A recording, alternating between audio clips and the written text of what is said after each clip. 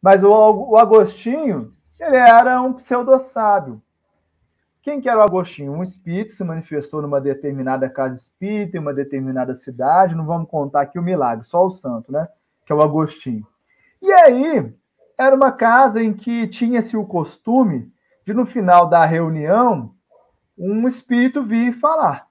Aí, um dia, esse espírito veio, fez uma prédica de ordem moral e, no final, diz: prazer, Agostinho.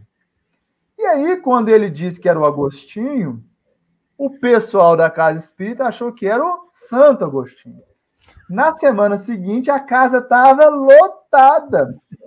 E aí o Agostinho pensou assim: nossa, quanta gente querendo me ouvir. Então vê que ele não queria enganar, mas ele ficou feliz das pessoas estarem ali com ele, e ele continuou com as suas prédicas semanais, suas palestras. Aí um dia, o Jorge Andréa, né, psiquiatra, espírita, e esse é um caso que tem a ver com o Jorge Andréa, quando ele vai conhecer o espiritismo, porque ele era católico e conhecia a biografia toda do Santo Agostinho.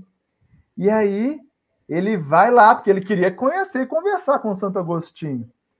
E aí ele vê o Santo Agostinho, o Agostinho falando, e no final ele quer conversar com o Agostinho. E aí ele começa a fazer algumas perguntas para o Agostinho, achando que era o Santo Agostinho. Aí o Agostinho diz assim: sabe o que é, meu irmão? É que eu cheguei aqui, comecei a falar algumas coisas, e todo mundo começou a gostar, o pessoal encheu, e depois começaram a me chamar de Santo Agostinho.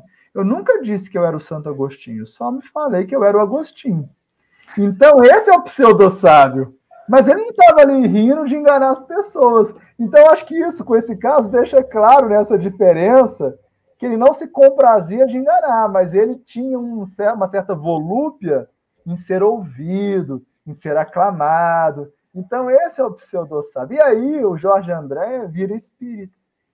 Olha só, não por causa de uma comunicação de um espírito superior, mas porque ele diz: não, aqui tem uma inteligência se manifestando, ela só não diz a verdade, porque ela é como os homens, ela mente, ela tem vaidade, e aí ele passou a pesquisar, né, o espiritismo, a mediunidade. Então vê como é interessante como esses fenômenos mediúnicos despertam as consciências, né? Então é isso, assim, para a gente concluir. Olha essa diferença e como, no fundo, se houver, e eu entendo que tão somente se houver um dialogador que tenha conhecimento e que tenha um tato experimental, é que nós vamos conseguir desmascarar os mistificadores ou os pseudo-sábios. Porque senão eles vão ficar aí, ó, como mentores de casa espírita décadas e décadas.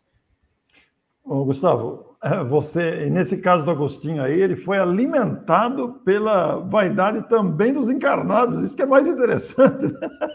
Exatamente. O Santo Agostinho está aqui, gente. Venham. E o povo vai e alimenta essa. Olha que coisa interessante. Olha a ciência espírita aí, Gustavo, que coisa impressionante, né? Muito bom, viu?